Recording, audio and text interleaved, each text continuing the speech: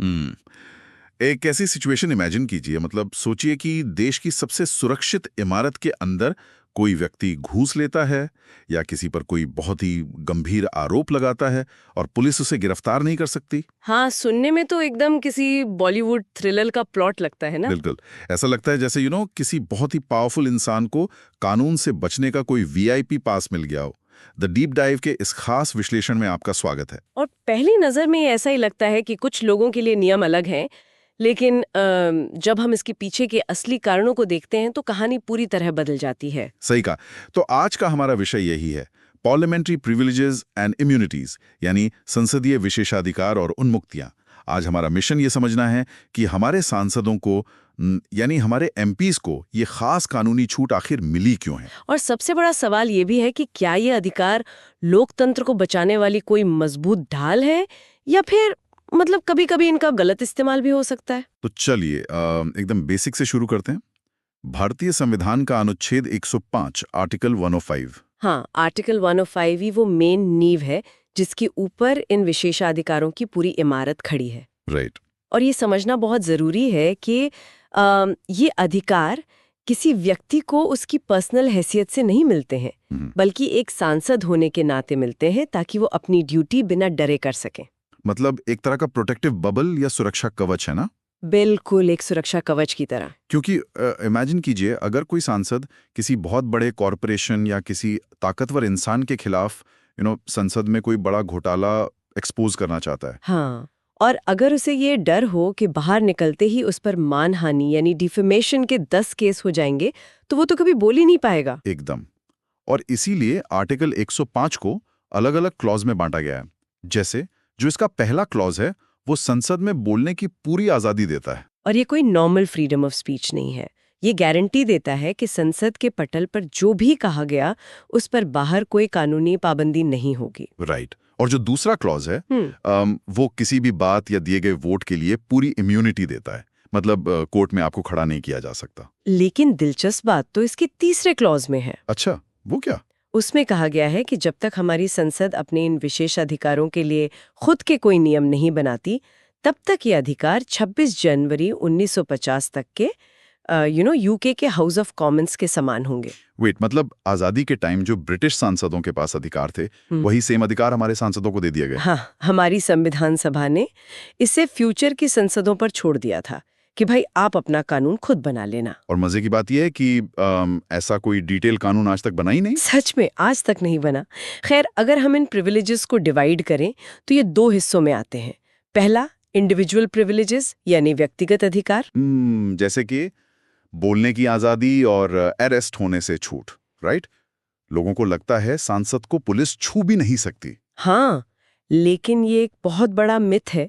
गहराई में जाने पर पता चलता है कि सिविल प्रोसीजर कोड जो सीपीसी है, उसके सेक्शन 135 ए के तहत अरेस्ट से ये छूट सिर्फ सिविल केसेस में है। सिर्फ सिविल केसेस में? बिल्कुल। और वो भी हमेशा के लिए नहीं। ये सिर्फ संसद का सेशन शुरू होने के 40 दिन पहले और 40 दिन बाद तक ही लागू होती है। वेट, एक सेकेंड, ये 40 दिन वाला नंबर बड़ा रैंडम नहीं लगता? मतलब 30 या 50 क्यों नहीं? इसके पीछे का इतिहास बहुत फनी है। अंग्रेजों के टाइम में जब कोई सांसद दूर से राजधानी आता था तो घोड़ा गाड़ी या बैलगाड़ी से आता था, अरे बाप रे, मतलब हफ्तों लग जाते होंगे। एग्जैक्टली। तो ये 40 दिन का टाइम दिया गया था ताकि वो आराम से आ सके, सेशन अटेंड कर सके और वापस अपने इलाके में सुरक्षित चला जाए। और ये घोड़ा गाड़ी वाला रूल आज के टाइम में भी चल रहा है? वाह। हाँ, और सबसे बड़ी बात, क्रिमिनल मामलों में या प्रिवेंटिव डिटेंशन में कोई छूट नहीं है। सांसद को अरेस्ट किया जा सकता है। ये बहुत ही इंपॉर्टेंट पॉइंट है कि सिर्फ सिविल मामलों में ही कवच है। बिल्कुल। और फिर आते हैं कलेक्टिव प्रिविलेजेस यानी सामूहिक अधिकार, जो पूरे सदन को एक साथ मिलते हैं। हाँ, जैसे 44वें संशोधन के बाद कार्यवाही को पब्लिश करने का अधिकार और बाहरी लोगों को सदन से बाहर निकालने का अधिकार। राइट। और आर्टिकल 122 के तहत संसद अपने अंदर के मामलों को खुद कंट्रोल करती है। कोर्ट वहां दखल नहीं दे सकता। सदन के पास अवमानना यानी कंटेम्प्ट के लिए सजा देने का भी हक है, जेल भी भेज सकते हैं। तो यहाँ मेरे दिमाग में एक एनालॉजी आ रही है। ये प्रिविलेजेस एक कवच तो हैं, पर क्या ये लोहे का कवच है जिसे कोई नहीं तोड़ सकता, या शीशे का है जिसकी कुछ लिमिट्स हैं? बहुत ही अच्छा सवाल है और इसका जवाब हमें ज्यूरिस्प्रूडेंस यानी कानूनी सिद्धांत से मिलता है। वेस्ले न्यूकॉम होफील्ड का नाम सुना है आपने? मैंने पढ़ा तो है, वो लीगल इंटरेस्ट्स वाले ना। हाँ। उनका फ्रेमवर्क बहुत ही परफेक्ट है इस आर्टिकल को डिकोड करने के लिए। इसे ट्रैफिक नियमों की तरह समझिए। अच्छा, कैसे? होहेलफेल्ड कहते हैं कि आर्टिकल 105 का क्लॉज 1 एक प्रिविलेज है। मतलब ये एक वन वे रोड है जहां सांसद के पास ग्रीन लाइट है, उन्हें खुद को बोलने से रोकने की कोई ड्यूटी नहीं है। No duty. राइट। और क्लॉज 2 जो इम्यूनिटी है, वो क्या है? इम्यूनिटी का मतलब है कि आपने ट्रैफिक पुलिस से चालान काटने की किताब ही छीन ली। मतलब अदालतें यहाँ ट्रैफिक पुलिस हैं और उन्हें डिसेबल कर दिया गया है। एग्जैक्टली। और क्लॉज 3 संसद को एक पावर देता है। हम्म होफील्ड कहते हैं कि जहां पावर होती है वहां सामने वाले पर लायबिलिटी आ जाती है। मतलब आम जनता और बाकी संस्थाओं की ये लाइबिलिटी है कि वो इन विशेषाधिकारों की रिस्पेक्ट करें। एकदम सही। थ्योरी में तो ये सब बहुत परफेक्ट लगता है, एकदम सेट। लेकिन रियल लाइफ इतनी सिंपल नहीं होती ना। बिल्कुल नहीं होती। मतलब असली दुनिया में क्या होता है जब संसद का ये विशेषाधिकार किसी आम नागरिक के फंडामेंटल राइट यानी मौलिक अधिकार से टकरा जाए? जब संसद और नागरिक आमने सामने हों तो कौन जीतेगा? इस भयंकर टकराव को समझने के लिए हमें पुराने कोर्ट केसेस देखने होंगे। सबसे पहला बड़ा केस था 1959 का सर्चलाइट केस। सर्चलाइट, ये बिहार का कोई न्यूज़पेपर था ना? हाँ हाँ, बहुत ही फेमस अखबार था। हुआ ये कि विधानसभा में बहस हुई और स्पीकर ने कहा कि एक भाषण के कुछ हिस्से रिकॉर्ड से हटा दिए जाएं। लेकिन अखबार के एडिटर ने तो इन्हें छाप दिया था ना? हाँ, विधानसभा भड़क गई और एडिटर के खिलाफ कार्रवाई शुरू कर दी। मामला सुप्रीम कोर्ट तक पहुंच गया। तो एक तरफ था प्रेस की आज़ादी, आर्टिकल 19(1)(a), और दूसरी तरफ कार्रवाई को रोकने का विशेषाधिकार। कौन भारी पड़ा? सुप्रीम कोर्ट ने यहाँ हार्मोनियस कंस्ट्रक्शन का लॉजिक लगाया। कोर्ट ने कहा कि विशेषाधिकार विशेष प्रावधान है और मौलिक अधिकार आम, और विशेष हमेशा आम पर हावी रहते हैं। मतलब सर्चलाइट केस में विधायिका की जीत हुई, संसद बॉस बन गई। उस वक्त तो ऐसा ही लगा कि विशेषाधिकार कुछ भी कर सकते हैं। लेकिन फिर आया 1964 का केशव सिंह केस और उसकी कहानी तो लिटरली किसी फिल्म से कम नहीं है। हाँ, ये वही केस है ना जिसमें यूपी असेंबली इन्वॉल्व थी? हाँ, यूपी असेंबली ने केशव सिंह नाम के एक बाहरी इंसान को कंटेम्प्ट के लिए अरेस्ट करके जेल भेज दिया। राइट। केशव सिंह के वकील ने हाई कोर्ट में अपील की और 2 जजों ने केशव सिंह को तुरंत बेल दे दी। और फिर असेंबली ने जो किया वो तो माइंड ब्लोइंग था। बिल्कुल। असेंबली को इतना गुस्सा आया कि उन्होंने उन दोनों जजों और केशव सिंह के वकील को ही अरेस्ट करने का वारंट निकाल दिया। वेट, क्या विधायकों ने हाईकोर्ट के जजों को अरेस्ट करने का ऑर्डर दे दिया? हाँ, सोचिए पुलिस का क्या हाल हुआ होगा। वो जजों को पकड़े या कोर्ट की सुने। प्रेसिडेंट को बीच में आना पड़ा और सुप्रीम कोर्ट से राय मांगनी पड़ी। ये तो फुल ऑन कॉन्स्टिट्यूशनल क्राइसिस हो गया। तो सुप्रीम कोर्ट ने क्या कहा? जुडिशियल रिव्यू की पावर रहेगी? एग्जैक्टली। कोर्ट ने कहा कि विशेषाधिकार के नाम पर आप किसी इंसान के जीवन और आजादी यानी आर्टिकल 21 को खत्म नहीं कर सकते। वाओ। तो सर्चलाइट केस में संसद भारी दिखी थी, लेकिन केशव सिंह केस ने एक लक्ष्मण रेखा खींच दी। संसद पावरफुल है, लेकिन संविधान असली सुप्रीम बॉस है। बिल्कुल सही कहा आपने। तो चलिए, बाहरी लोगों वाला टकराव तो समझ आ गया, लेकिन एक और बहुत सीरियस सिचुएशन है। वो क्या? क्या होगा अगर सांसद खुद इन अधिकारों का गलत इस्तेमाल करने लगे? मतलब क्या इम्यूनिटी का ये मतलब है कि आप संसद में वोट डालने के लिए रिश्वत ले लो और आपको कोई छू भी ना सके? ये बहुत ही भारी सवाल है और इसके लिए हमें 2007 के राजा रामपाल केस को देखना होगा।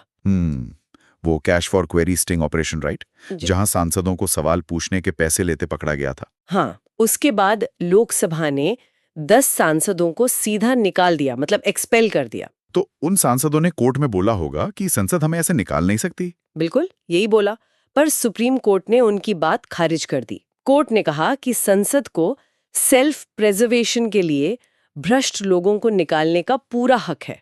हाँ, लेकिन इसमें नेचुरल जस्टिस फॉलो होना चाहिए, मतलब उन्हें अपनी बात रखने का मौका मिलना चाहिए। राइट। लेकिन असली कॉम्प्लिकेशन तब आती है जब बात कोर्ट की इम्यूनिटी की हो। आपको 1998 का पीवी नरसिम्हा राव जजमेंट याद है? हाँ, उस जजमेंट ने तो एक बहुत बड़ा लूप होल खोल दिया था ना। एक बहुत ही अजीब स्थिति बन गई थी।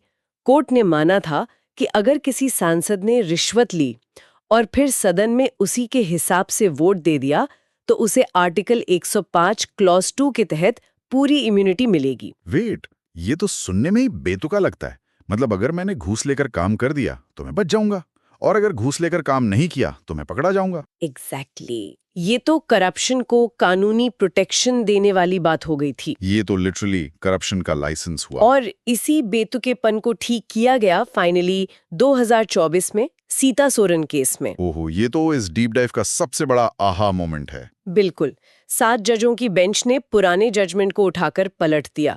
सुप्रीम कोर्ट ने साफ कहा कि रिश्वत लेना कोई संसदीय काम है ही नहीं, ये एक अलग क्रिमिनल ऑफेंस है। राइट, मतलब अपराध तो उसी पल हो गया ना जब आपने घूस हाथ में ली। वोट दिया या नहीं, उससे क्या फर्क पड़ता है? एकदम सही। और सुप्रीम कोर्ट ने इम्यूनिटी चेक करने के लिए एक 2-fold टेस्ट यानी 2 चरणों वाली जांच बनाई। अच्छा, वो टेस्ट क्या है? पहला ये कि क्या वो काम सदन के सामूहिक कामकाज से जुड़ा है, और दूसरा क्या वो काम सांसद की ड्यूटी के लिए बेहद जरूरी है। इसे एक इमेजिनरी सिचुएशन से समझते हैं। मान लीजिए कोई सांसद संसद के कैंटीन में जाता है और वहां किसी से मारपीट कर लेता है। अब क्योंकि ये संसद के अंदर हुआ है, तो क्या उसे इम्यूनिटी मिलेगी? 2-fold टेस्ट लगाकर देखिए, क्या कैंटीन में लड़ना सामूहिक कामकाज है? बिल्कुल नहीं। क्या सांसद की ड्यूटी निभाने के लिए मारपीट करना जरूरी है? ऑब्वियसली नहीं। तो बस इम्यूनिटी नहीं मिलेगी। और यही लॉजिक रिश्वत पर भी लगता है। घूस लेना ना तो सामूहिक काम है और ना ही ड्यूटी के लिए जरूरी। वाओ, ये फैसला तो सच में गेम चेंजर है। इसने क्लियर कर दिया कि इम्यूनिटी आपको निडर होकर बोलने की आजादी देती है, करप्शन करने का लाइसेंस नहीं। बिल्कुल, लोकतंत्र की पवित्रता को आप विशेषाधिकार के पीछे नहीं छुपा सकते। तो अगर हम इस पूरे एनालिसिस को समेटें तो ये साफ है कि पार्लियामेंट्री प्रिविलेजेस कोई वीआईपी पास नहीं है। ये तो बस डेमोक्रेसी को अच्छे से चलाने के टूल्स हैं। राइट। आर्टिकल 105 से लेके 2024 के सीता सोरेन जजमेंट तक हमने देखा कि कैसे हमारा संविधान और कोर्ट लगातार इवॉल्व कर रहे हैं ताकि पावर और अकाउंटेबिलिटी में बैलेंस बना रहे। लेकिन जाते जाते हमारे सुनने वालों के लिए एक बहुत ही प्रोवोकेटिव थॉट है, एक गहरा सवाल जिस पर उन्हें सोचना चाहिए। हाँ, बताइए। हमने शुरू में कहा था कि आर्टिकल 105 में लिखा था कि संसद खुद अपने विशेषाधिकारों का कानून बनाएगी। राइट। तो आजादी के 7 दशकों बाद भी हमारी संसद ने इन विशेषाधिकारों को पूरी तरह से कोडिफाई क्यों नहीं किया है? मतलब लिखित कानून क्यों नहीं बनाया? ये सच में लीगल सर्कल्स का सबसे बड़ा अनसुलझा सवाल है। क्या इसलिए कि अगर लिखित कानून बन गया तो वो आर्टिकल 13 के अंडर आ जाएगा और फिर कोई भी नागरिक उसे कोर्ट में चैलेंज कर सकेगा? ये तो बहुत ही सॉलिड पॉइंट है। क्या अस्पष्टता में यानी एम्बिग्विटी में ही विधायिका की असली पावर छुपी है? इस पर तो हमारे सुनने वालों को जरूर विचार करना चाहिए। बहुत ही गहरा सवाल है। बिल्कुल, इस विषय पर जरूर सोचिएगा। तो आज के लिए बस इतना ही। द डीप डाइव के इस विश्लेषण में हमारे साथ गहराई तक जाने के लिए बहुत बहुत शुक्रिया।